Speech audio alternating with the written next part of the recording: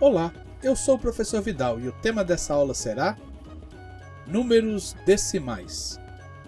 Olha, para não interromper a aula depois, já aperta o joinha, se inscreve no canal, eu espero!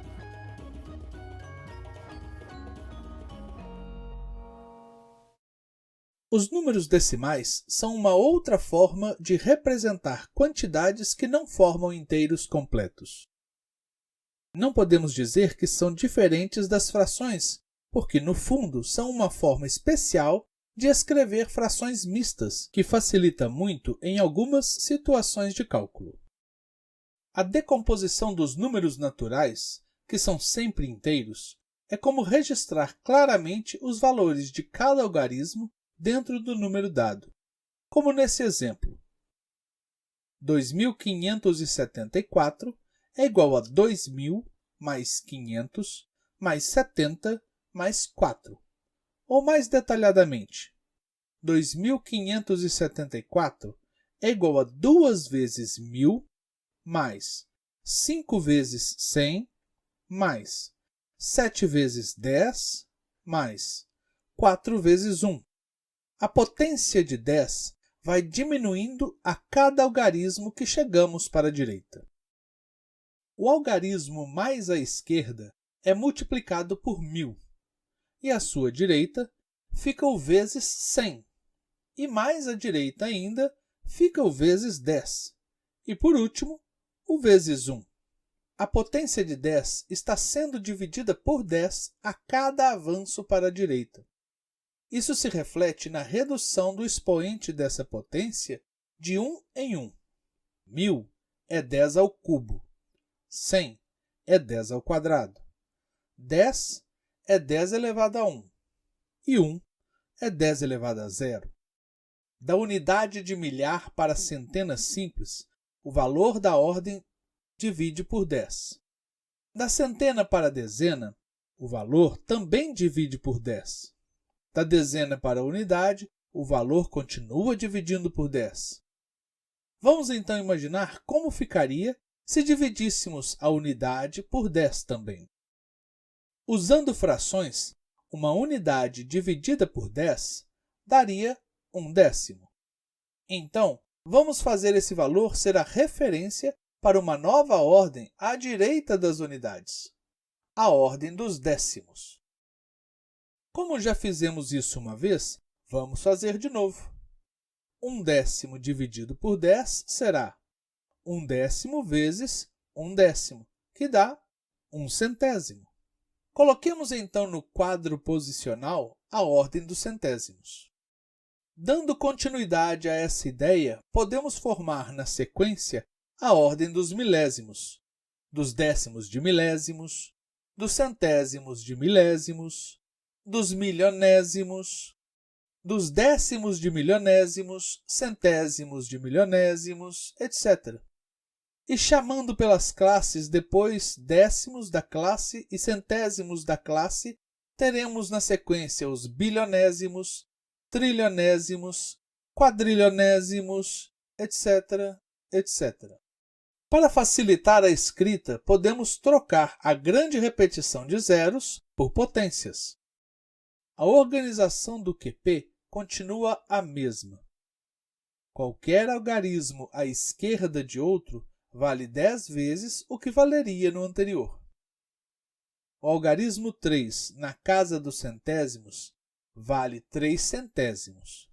Na casa dos décimos, o mesmo algarismo 3 valeria 3 décimos, que é 10 vezes o valor de 3 centésimos.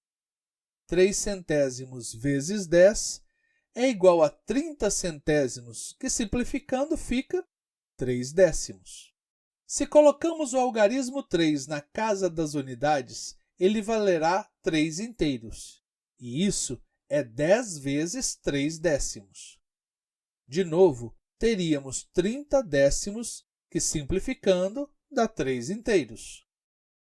Usando essas novas ordens e classes, não precisamos mais escrever os denominadores. A própria posição do algarismo dentro do número indicará o seu denominador, e esse denominador será sempre uma potência de 10 de expoente de acordo com sua posição. Observe esse número dentro do QP. Sua decomposição seria 2 vezes 1000 mais 0 vezes 100 mais 7 vezes 10 mais 9 vezes 1 mais 5 dividido por 10 mais 1 dividido por 100. Para escrever o número fora do QP, sem precisar escrever sua decomposição toda, vamos precisar colocar uma referência. Antes, o algarismo mais à direita era a unidade, e essa era a nossa referência. Agora, teremos algarismos à direita das unidades.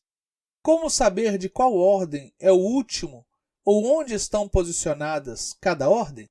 Para isso, utilizaremos uma vírgula para marcar a ordem das unidades. Todos os algarismos à esquerda da vírgula são os que já conhecíamos, e à direita da vírgula ficam os algarismos que chamaremos de decimais. Esse mesmo número do QP pode ser então escrito simplesmente 2079, 5 décimos e 1 centésimo. O conjunto de todas as ordens de valor fracionário será chamado de decimais. Os décimos, centésimos, milésimos, décimos de milésimos. Por extensão, os números que escrevemos usando a vírgula para marcar o algarismo das unidades e que possuem ordens à direita da unidade são chamados de números decimais. Veja que, assim como a fração mista, ele possui uma parte inteira e outra menor que a unidade. Para ler um número decimal, podemos fazê-lo de diversas formas, todas válidas. O número 2079, 5 décimos e 1 centésimo também pode ser lido como 2079 e 51 centésimos. Veja que os 5 décimos se tornaram 50 centésimos. Seu valor não mudou, apenas sua referência. E é vital compreender essa mudança de referência. O número 3 e 49 centésimos é menor que o número 3 e 8 décimos. No primeiro temos 49 centésimos, que são 4 décimos e 9 centésimos. No segundo temos 8 décimos, que são equivalentes a 80 centésimos, bem mais que os 49 do outro número. Ao ler um número decimal, por simplificação da fala ou escrita, usamos dizer apenas 3,49 e 3,8. E muitas vezes confundimos e achamos que, nesse caso, 49 é maior que 8, só porque esquecemos da referência. Podemos até ler os números assim, desde que não esqueçamos que são 49 centésimos e 8 décimos. De fato, o melhor seria sempre considerar os números com o mesmo número de casas decimais ao compará-los. Zeros à direita do número depois da vírgula não fazem diferença no seu valor, mas fazem muita diferença na hora de comparar os números. Ninguém faria essa confusão se tivéssemos 3,49 e 3,80. Assim fica óbvio que o 80 é maior que o 49, porque agora os dois usam a mesma ordem como referência, 49 centésimos e 80 também centésimos. Vale ressaltar que, assim como no caso das frações mistas, essa confusão na comparação só se dá caso a parte inteira do número seja igual. Se fôssemos comparar 3,49 com 2,99, não poderíamos nem hesitar, já que a parte inteira se sobrepõe à parte decimal. E 3 já é maior que 2, e não importa a parte decimal nessa comparação. Por fim, uma forma antiga de se referir a algo que não faz diferença é dizer que algo é como um zero à esquerda. Zeros à esquerda de qualquer número são irrelevantes e não fazem a menor diferença, exceto quando temos um número decimal que não tem nenhuma parte inteira. Por exemplo, 0,28.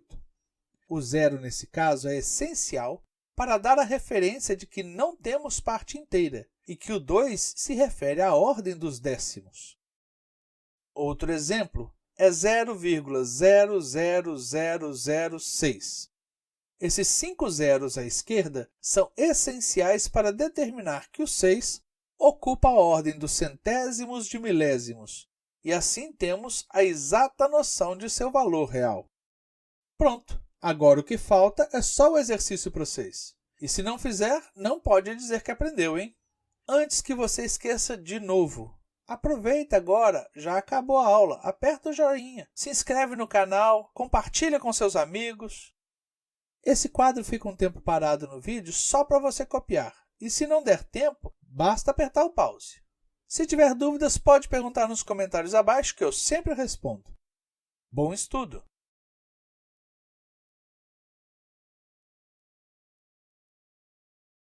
Então, por enquanto é isso. Até a próxima!